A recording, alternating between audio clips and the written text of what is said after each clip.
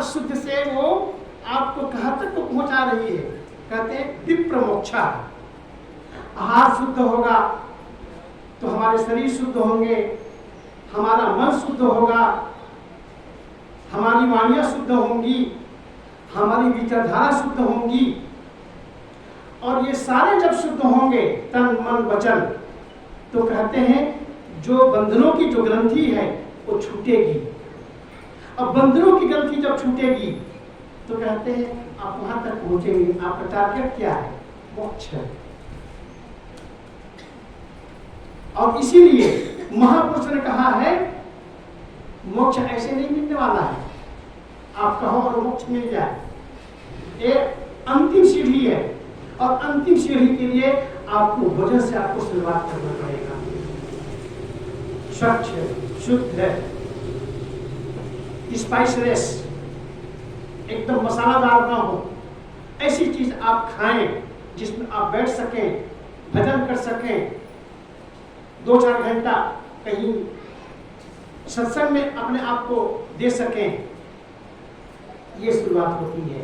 तो इन सब हम कहते हैं विचार कहते हैं। विचार ऐसे ही नहीं है, ये तो विचार आप करते करते आप जिंदगी में आपको विचार करना है। लेकिन साहब जी कहते हैं सदा विचार करो मोर भाई, ज्यों देह बिखरी नहीं जाए। जब तक देह है तब तक के आपको विचार करना है। और विचार कैसे करना है? विचार सकारात्मक करना है। खान पान में विचार, रहन सहन में विचार, बोली वाणी में विचार। इसलिए साहब कहते हैं सब में विचार को आप लगाइए। जैसे वाणी बोलना है तो वाणी आपको कैसे बोलना है? शब्द संभाल के बोलिए, शब्द के हाथ न पाओ, एक शब्द करे औषधि, एक शब्द करे घाव, ये विचार है। जैसे शुद्ध शाकाहारी, निरामिष, छना हुआ, पवित्र, फल फूल, दूध मेवा, ये सब चीज है, वो शुद्ध चीज है। और शुद्ध चीज है आपको शुद्धता की ओर आपको ले जाने वाली है। इसलिए कहते हैं आप अपने भोजन को पहले शुद्ध कीजिए। और भोजन यदि आपका शुद्ध हो रहा है तो मान करके चलिए आप आज नहीं तो कल आप अपने मंजिल तक पहुंच जाएंगे, उसमें कोई संदेह नहीं है। और इसे साहब को कहना पड़ा जैसी लागी और की, जैसे आप शुरुआत किए हैं उसको अंत कीजिए। और बीच में कोई बीमार पड़ गए तो कभी कभी मैं सोचता हूँ हमारे अच्छे अच्छे भगत बीमार पड़ गए, हम चले गए डॉक्टर मार्टिन के पास में। डॉक्टर मार्टिन तो ईसाई है, तो कहे फलाना अंडा खाओ ना ठीक हो जाओगे।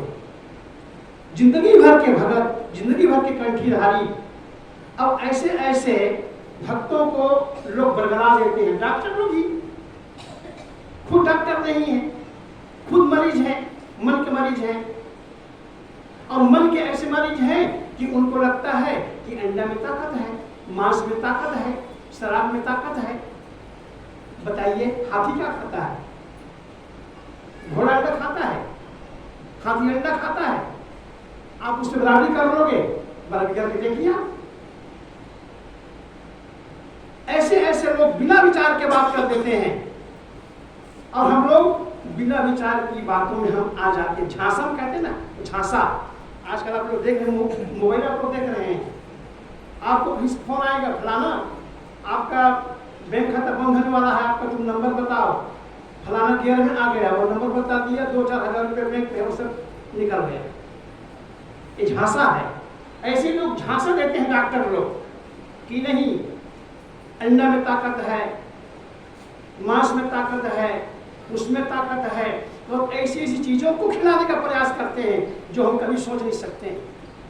लेकिन हमारे महापुरुष ऐसे नहीं कहते हैं, क्योंकि वो सही दिशा देते हैं। वो आहार शुद्ध हो, सत्य शुद्धि, सत्य शुद्ध हो, ध्रुवा स्मृति, स्मृति लंबे सर्वग्रंथि नाम विप्र मोक्षा है। ये सीधा सीधा इसका लिंक वहां तक जुड़ा हुआ है। जैसे कोई डॉक्टरी कोई पास करना चाहता है तो पहली क्लास से लेकर के उसको एमएस और एमबीबीएस तक के उसको कोर्स उसको करना पड़ेगा और तभी वो डॉक्टर बन पाएगा। बीच छोड़ेगा वो डॉक्टर नहीं बन सकता है। इसी प्रकार से कोई सज्जन है, कोई भगत है, कोई कल्याण की इच्छुक है, कोई जिज्ञासु है, वो चाहता है कि नहीं मुझे दुख से छूटना है, जन्म मरण के चक्कर से मुझे छूटना है, मुझे अपना कल्याण करना है, मुझे शांति से मुझे जीवन यापन करना है। तो सज्जनों, आपको तन मन और धन सभी को विचारधारा की कड़ी से आपको जोड़ना पड़ेगा। मन है, मन को जोड़ी विचार की धारा से। कुंडलिया कहते हैं ना, गिरधर की कुंडलिया, बिना विचारे जो करे सो पाछे पछताए, काम बिगाड़े आपनो जग में हो फंसाए। हम लोग दूसरी में थे और दूसरी क्लास की कुंडलियां हैं, ये गिरधर की कुंडलियां आप भी पढ़े होंगे। कबीर साहब की साखी हम लोग पढ़ते थे, माँ की गुड़ में गुड़ी रहे, पंख रहे उठाए, हाथ मले और सिर धोने लालच बुरी बलाए। ये दूसरी साखी है और आज भी आप सबको याद है वो। लेकिन क्या आपको याद है तो क्या उस साखी को आप अमल करते हैं जीवन में? जी नहीं, वो याद भर है। जैसे हमारे यादव लोग है ना, दशहरा आएगा, दिवाली आएगी तो वो लोग बढ़िया बढ़िया दोहा पाते हैं। वो लोग संगत कर ले साधु के, भोजन कर ले खीर, और खीर खुद नहीं खाता है, वो बाटल चढ़ा करके वो नाचता है और जा करके सोही बांधता है। अब साथी क्या बोलेगा, मेरे यहाँ कोलियारी में हर साल आता है, सोही बांधता है, खंभा को क्या कहीं मेरे पास में खंभा को बांध कर चला जाता है। इतना बढ़िया बढ़िया साखी बोलेंगे, या आप सोच नहीं सकते हैं।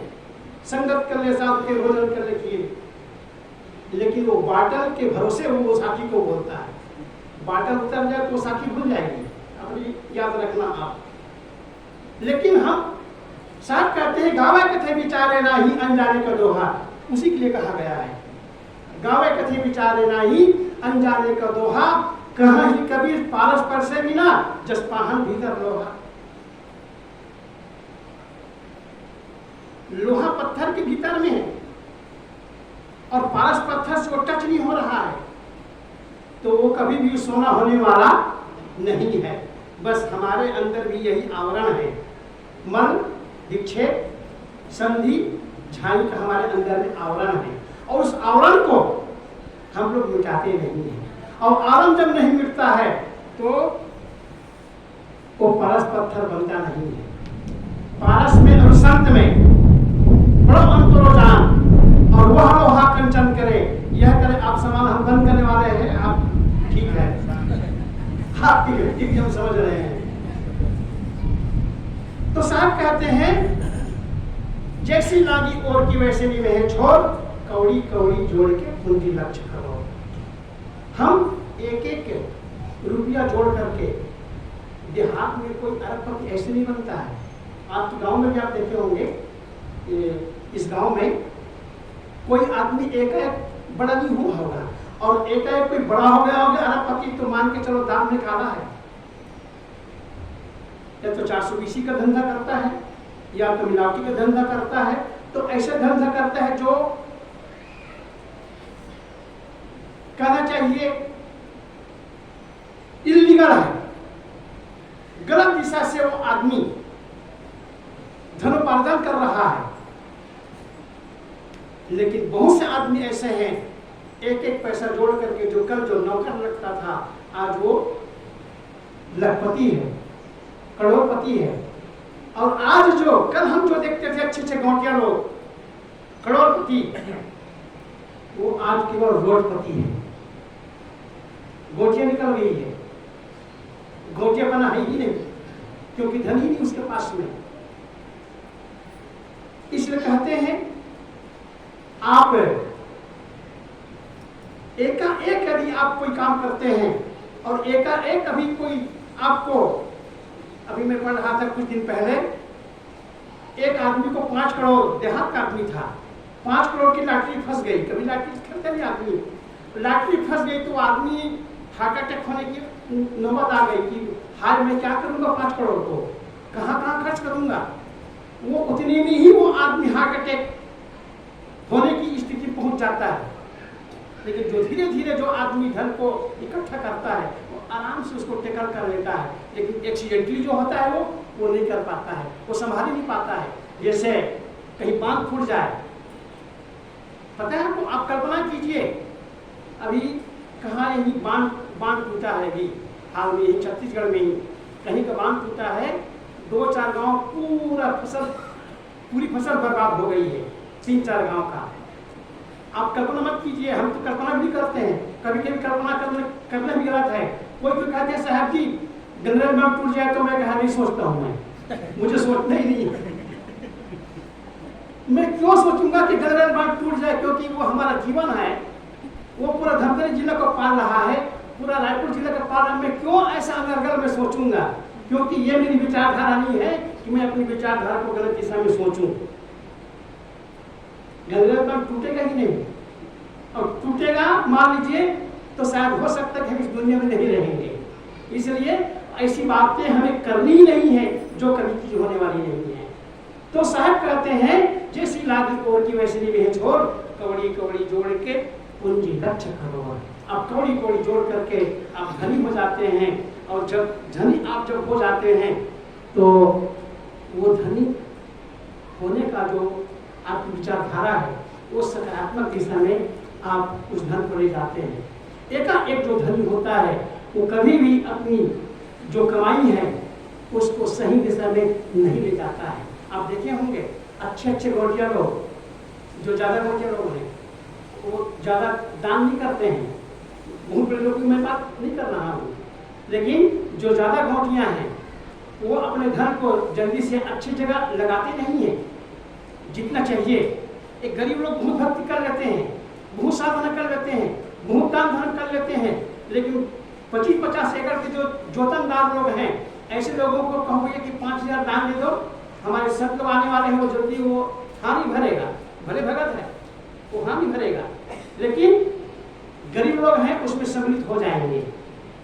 कुल मिला करके मेरा मतलब यही है कि हम अपनी विचारधारा को सकारात्मकता की ओर हम ले जाएं और अपनी विचारधारा को हम सफल बनाएं।